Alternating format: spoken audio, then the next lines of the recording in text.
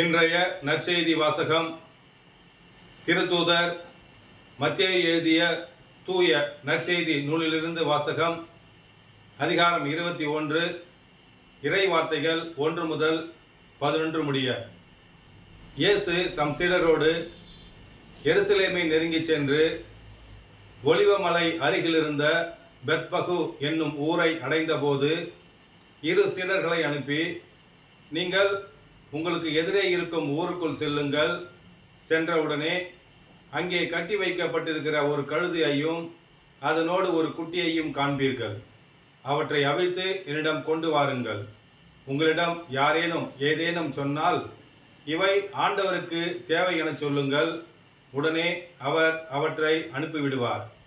மகள் சீயோனிடம் சொல்லுங்கள், இதோ உன் அரசர் உன்னிடம் வருகிறார். அவர் எளிமை உள்ளவர், கழுதையின் மேல் ஏறி வருகிறார், கழுதை குட்டியாகிய மரியின் மேல் அமர்ந்து வருகிறார் என்று இறைவாக்கினர் உரைத்தது நிறைவேற இவ்வாறு நிகழ்ந்தது.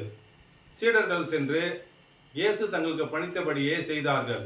அவர்கள் கழுதையையும் அதனோடு குட்டியையும் கொண்டு வந்து அவற்றின் மேல் தங்கள் மேலுடைகளை போட்டு இயேசுவை அமரச் செய்தார்கள்.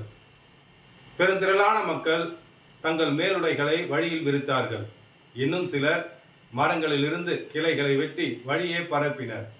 அவருக்கு முன்னேயும் பின்னேயும் சென்ற மக்கள் கூட்டத்தினர், தாவீதின் மகனுக்கு ஓசான்னா, ஆண்டவர் பெயரால் வருகிறவர் போற்ற பெறுக, உன்னதத்தில் ஓசான்னா என்று சொல்லி ஆர்ப்பரித்தனர்.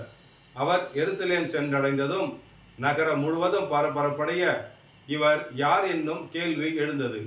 அதற்கு கூட்டத்தினர், இவர் இறைவாக்கினர் இயேசு, கலிலேயாவிலுள்ள நாசரேத்தவை சேர்ந்தவர் என்று பதிலளித்தனர். ஆண்டவரின் அருள்வாக்கு. கிறிஸ்துவே உமக்கு புகழ்.